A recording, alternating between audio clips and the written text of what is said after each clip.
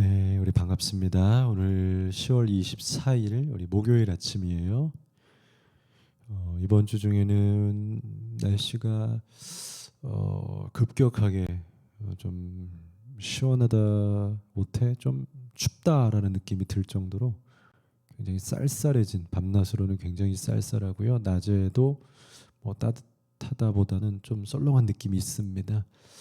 날씨가 예전처럼 이렇게 좀 자연스럽게 봄, 여름, 가을, 겨울이 아니라 그냥 급격하게 툭 떨어지는 날씨들이 오는 것 같아요. 아무쪼록 또 한 주간도 또 오늘 하루도 건강 유의하시고요. 또 컨디션 관리 잘 하셔서 여러분 예배 생활과 있는 모든 것에서 이렇게 강건한 그런 하루하루가 되셨으면 좋겠습니다. 우리 예레미야 애가 3장을 오늘 마지막으로 3장이 꽤 길었죠. 66절까지 있네요. 시편에 굉장히 긴 우리 구절이 있기는 한데 그 이후로는 또 이사야에도 좀 이런 긴 구절들이 있고 뭐 종종 있긴 하지만 오랜만에 예레미야 애가에서도 66절까지 꽤 긴 구절을 보게 됩니다. 그래서 이번 매일 성경에서 이걸 네 단락으로 나눠서 같이 이렇게 내용들을 보고 있어요. 첫 번째 부분에서 그 전쟁과 심판에 대한 슬픔과 애도와 아픔에 대한 노래, 두 번째 파트에서 그럼에도 불구하고라고 이야기하면서 소망, 그래서 세 번째는 여호와께 돌아가자. 어제 같이 나눴고요. 오늘은 그 가운데서 그 이 모든 과정을 거쳐가고 있는 이스라엘 백성이 하나님께 드리는 기도의 내용입니다. 기도하는 내용. 어떤 기도를 우리가 드려야 할까? 고통 중에, 심판 중에, 아픔 중에 어떤 진실한 우리 마음에서 끌어오르는 그 기도들을 종류별로 좀 볼 수 있었고요. 저는 그곳에다가 나누었던 몇 가지 기도의 패턴들에 성경에 나왔던 또 기도의 사람들의 이야기를 좀 붙여봤어요. 떠오르더라고요. 이 오늘의 큐티를 묵상하니까 이 사람이 이렇게 기도했는데 그런 장면이 떠올랐습니다. 먼저 55절, 56절, 57절은요. 부르짖는 기도. 이런 기도를 드려야겠구나. 어려울수록 더욱 부르짖는, 간절히 외쳐 부르는 큰 소리의 기도. 우리가 힘들고 아플수록 소리가 나죠. 병원에서도 아픈 치료하면 소리가 나듯이 정말 고통스러울 때는 부르짖어야 됩니다. 하나님께서도 원하시고 오늘 이 예레미야 애가도 그렇게 부르짖어 기도합니다. 여호와여, 내가 심히 깊은 구덩이에서 주의 이름을 불렀습니다. 여러분, 구덩이에 있을 때 주의 이름 불러야죠. 구덩이에서 우리를 건져낼 수 있는 것은 여호와의 이름입니다. 그러니 구덩이에 있다라고 생각이 드시거든 다른 것을 부르기보다 여호와 이름을 부르십시오. 주께서 이미 나의 음성을 들으셨사오니 이제 나의 탄식과 부르짖음에 주의 귀를 가리지 마옵소서. 부르짖는다는 거예요. 탄식한다라는 거예요. 우리가 아플 때 탄식하고 부르짖는 게 정상이에요. 아프고 고통인데 부르짖지 않는다는 건 어떻게 보면 정말 아프지 않은 걸 수도 있고요. 아니면 부르짖는 어떠한 목소리까지 상해버렸을 수도 있겠죠. 그래서 57절에 내가 주께 아랫날에 주께서 내게 가까이하 이르시되 두려워하지 말라 하셨나이다. 하나님께 부르짖기를 원하시고 가까이 와라. 내가 너의 부르짖음을 듣겠다. 예수님께서도 이런 부르짖는 기도들을 항상 하셨습니다. 특별히 예수님께서 돌아가시는 십자가 위에서의 그 마지막 절규에 부르짖는 기도는 정말 가장 인간의 가장 극한의 최극의 부르짖음의 기도라는 생각이 들었어요. 마지막에 그 목숨을 잃어가는 그 고통의 숨이 거두어가는 그 순간에 우리가 가상칠언을 나눌 때 같이 하는 그 장면이죠. 엘리 엘리 라마 사박다니 어찌하여 나를 버리시나이까라고 하나님께 자신의 목숨을 생명을 맡기는 아버지여 나의 영혼을 당신께 의탁하나이다 외쳤던 그 기도, 십자가에서 절규하는 그 기도, 모든 땀과 핏방울 절규하는 기도죠. 그러나 그 모든 생명과 목숨을 아버지께 맡깁니다라고 하는 이 기도, 부르짖는 기도가 때로는 필요합니다. 힘들고 어려울 때 여러분들 살기를 찾아서 참 많이 요즘에는 이 세상에 취미가 많은 세상이 되어버렸어요. 취미도 많고 살 길도 많고 노는 곳도 많고 도대체 이 세상은 필요한 게 없는 세상 같아요. 제가 볼 때 도대체 이 세상에 하나님이 필요할까? 하나님 없어도 되는 세상인 것 같아요. 그래서 나타난 현상들이 많은 사람들이 하나님께 잘 부르짖지 않아요. 왜냐하면 부르짖을 곳이 너무 많아요. 먹을 것, 입을 것, 놀 곳, 쉴 곳, 잘 곳, 누울 곳. 예수님께서 인자는 머리 둘 곳도 없다 그러는데 요즘은 머리 둘 곳이 없는 곳이 없어요. 다 머리 둘 곳이 있으니까요. 부르짖음의 필요성이 없어져 버렸어요. 참 영적인 안타까움인 것 같습니다. 편안해져서 좋기는 좋지만요. 대신에 부르짖지 않고 편안해지면요. 친밀함도 떨어집니다. 57절에 그러잖아요. 주께서 내게 가까이 하여 이르시되 두려워하지 말라. 가까이 와서 불렀다라는 거예요. 우리가 부르짖고 아버지가 우리의 그 부르짖음의 소리를 들으시고 같이 소통하는 거예요. 부르짖고 소리치고 아버지를 찾고 그럼 우리에게 가까이 와서 응답하시고 이게 영적인 사이클 아니겠습니까? 이것이 같이 소통하는 관계 아니겠습니까? 부르짖지도 않고 가까이 오지도 않고 서로 대면하는 관계. 이거 정말 좋은 관계가 아니겠죠. 여러분 부르짖고 아버지가 우리를 가까이 해주시고 이 관계가 회복되었으면 좋겠습니다. 58절부터 60절까지는요. 지금 여러분 혹시 느끼셨나요? 이 말씀 나눌 때 예레미야 애가는 계속해서 세 구절씩 패턴화되어 있어요. 이 슬픔의 노래를 계속 시처럼 노래처럼 일정한 패턴으로 고백이 되고 있어요. 그래서 지금도 3절로 나눴고요. 58절에서 60절은 억울함을 토로하는 기도. 나의 억울함과 이스라엘 백성들이 공격받았죠. 선민들이 하나님의 나라인데 이방 나라들에게 공격받아서 나라를 빼앗기고 성전이 무너졌죠. 억울한 게 맞습니다. 믿음의 자녀들이 자신들의 믿음의 주권을 잃었다라는 건 설명 없이 억울한 게 맞습니다.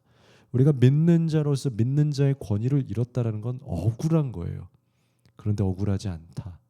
우리가 교회의 권위를 잃고 복음의 권위를 잃었는데 그리스도인의 생명력을 잃었는데 억울하지 않다. 비정상입니다. 억울해 하셔야 돼요. 그래서 오늘 저자도요. 억울하다고. 이스라엘 백성들의 억울함을 노래해요. 주여 주께서 내 심령의 원통함을 풀어주셨고 내 생명을 속량하셨나이다. 여호와여 나의 억울함을 보셨사오니 나를 위하여 원통함을 풀어줘. 원통하다고. 답답하고 이렇게 포로로 끌려가고 우리의 믿음의 성전이 무너진 것 억울합니다. 여러분 우리의 이 믿음이 오늘날 이 시대에 부르짖음도 없고 너무나 대면대면한 이 믿음의 실태가 된 거에 대해서 정말 여러분 같이 원통해 주시기를 바랍니다. 같이 긍휼히 여겨주시고 정말 복음이 살아 숨쉬는 것 같은 느낌이 없는 이 시대에 같이 가슴 아파해 주시고 하나님과의 친밀함이 느껴지지 않고 이제는 세상과 사회만으로도 충분히 만족감을 느끼면서 살아가는 더 이상 하나님의 복음이 필요 없는 이때 함께 억울해 하셔 주시고 함께 원통해 하셔 주십시오. 그게 신자예요. 그게 교회예요, 여러분. 특별히 이 억울함의 내용들을 보면서요. 저는 억울했던 하갈의 기도가 떠올랐습니다. 아브라함이 이삭을 기다리지 못하고 자신의 태에서 몸에서 난다라고 했는데 사례가 아니라 여종 하갈을 통해서 이스마엘을 낳아버렸죠. 그래서 하갈은요 사라의 미움으로 그 사이에서 삼각관계로 꼬여가다가 결국에는 쫓김을 당하게 되죠. 광야에서 이스마엘을 안고 억울함으로 사실 하갈이 그렇게 잘못한 건 없거든요. 몸종으로 여종으로서 주인의 명령을 따라서 자식을 낳은 것밖에 없어요. 그런데 이제 진짜 아들이 생기니까 넌 나가라 라고 쫓김을 당하게 되었어요. 얼마나 억울했을까요? 그래서 하나님께서도 그 하갈의 기도를 들어주셔요. 네가 물론 가장 우리 믿음의 조상의 그 피를 가진 그 예언된 하나님께서 원하셨던 그 혈통은 아니지만 너를 통하여서 난 그 아들 너의 그 원통한 기도를 내가 듣겠다. 그래서 하나님께서 그의 생명을 지켜주시고 그 이스라엘의 민족도 하갈의 기도처럼 통하여서 더 많이 번창하고 번성하게 되는 은혜를 누리게 됩니다. 우리가 정말 믿음의 실제에 대해서 여러분들의 삶에 대해서 억울해하고 간절히 부르짖으면 하나님께서 응답하실 거예요. 61절에서 63절은요. 공격받는 이방의 열방의 공격을 받는 그 약한 자의 연약한 기도를 담고 있어요. 여호와여 그들이 나를 비방하며 나를 모해하는 모든 것 곧 일어나 나를 치는 자들의 입술에서 이방 나라 바벨론 아수르 표현하는 겁니다. 그들의 입에서 나오는 것들과 종일 나를 모해하는 것들을 들으셨나이다. 그들이 앉으나 서나 나를 조롱하고 노래하는 것을 주목하여 보옵소서. 그럼 이스라엘이 이방 나라들에게 노래를 받았어요. 저들이 하나님의 나라요, 그 위대한 나라라고, 다윗의 나라라고, 골리앗을 이겼던 나라라고 하냐? 이제는 나의 밥이 되었다. 그런 노래를 이스라엘이 조롱의 노래를 받았어요. 얼마나 부끄럽고 창피하고 과거의 하나님 나라의 명성을 잃어버리고 그럴 때가 있죠. 우리가 살다 보면요. 그 마음 그대로를 가지고 하나님 내가 연약합니다. 내가 믿는 자로 승리하고 하나님의 사람으로 바로 서야 되는데 내가 많은 힘을 잃었고 이제 부끄러운 삶을 살고 있습니다. 그때에도 그 연약함으로 그대로 우리를 가리고 포장하고 나는 아닙니다. 나는 괜찮아요. 절대 좋은 자세가 아닙니다. 우리가 자존심을 사람 앞에서 부릴 때도 있지만 하나님 앞에서 절대 부리지 말아야 될 것이 자존심이에요. 왜냐하면 하나님은요 우리 입술의 고백을 들으세요. 자존심 부려서 난 괜찮아요 하면 정말 괜찮은 거예요. 그러지 말고 하나님 내가 정말 약합니다. 하나님 내가 정말 죄인입니다. 있는 그대로 고백하는 겁니다. 하나님께서 채우실 거예요. 다윗이 그렇게 기도했죠. 약한 자일 때, 쫓길 때 누구보다 쫓기고 약했던 게 다윗이었잖아요. 사울의 그 다음을 이어서 왕이 되었지만 사울의 그 넘치는 최고의 권력에 힘입어서 늘 쫓김받고 억울하고 심지어 그 왕권의 말기에는 아들의 싸움들 때문에 압살롬에게 공격받으면서 아들에게도 억울함을 받고 쫓김을 받는 그런 약한 인생을 살았던 다윗. 그럴 때마다 늘 하나님을 찾았다라는 거죠. 광야에서도 하나님을 찾고 배고프고 쫓길 때도 하나님을 찾고 심지어 미친 채를 하면서도 하나님을 찾고 늘 하나님밖에 없었던 인생이 다윗이에요. 그러니 여러분 때로는 여러분들의 삶이 어렵고 힘들고 궁핍하여서 하나님밖에 찾을 수 없는 어려운 인생이라면 그건 역설적으로 하나님의 은혜를 많이 받고 있고 하나님과 친밀함을 누리고 있는 은혜의 다른 면일 수도 있다라는 것이죠. 여러분 너무 풍성하여서 하나님이 필요 없는 하나님을 구하지 않는 기도를 드리고 있다라면 아니 기도하지 않는 인생을 살고 있다라면 그것은 더 냉랭한 인생일 수도 있습니다. 64절에서 마지막 66절은 공의를 구하는 기도를 드리고 있습니다. 여호와여 주께서 그들이 손이 행한 대로 보응하십시오. 이건 하나님께 공정한 판단을 내리는 기도예요. 이건 어느 치우침이 아닙니다. 하나님의 백성을 무너뜨린 이방 민족들, 우상을 가지고 나아가고 있는 이방 민족들 하나님의 공의대로 심판해 주십시오 라고 그들에게 거만한 마음을 주시고 그들에게 저주를 내리소서.